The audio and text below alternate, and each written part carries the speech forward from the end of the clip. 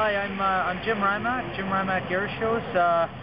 The airplane you see here is it's a Pitt special, and we'll be doing a Lethbridge Airshow. We're doing a solo routine and also a squirrel cage routine later today. So, what would you rather be known as, a daredevil or a torture specialist? Oh, neither. All of our airshow performances are practiced at great length. It's the same performance all the time. The things that change are the show site and the weather conditions, so we keep it as safe as possible. So my show is actually pretty benign.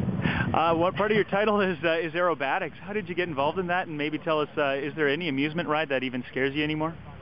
I don't like amusement rides because I have no control over what's going on. I got started in the Air Force. Actually, before the Air Force, I flew some aerobatics.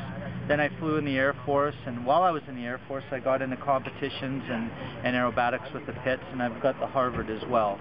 Wow. Yeah. Oh, what's the best part of the job? Seeing the world or seeing the girls? Yeah. Well, what would my girlfriend say to that?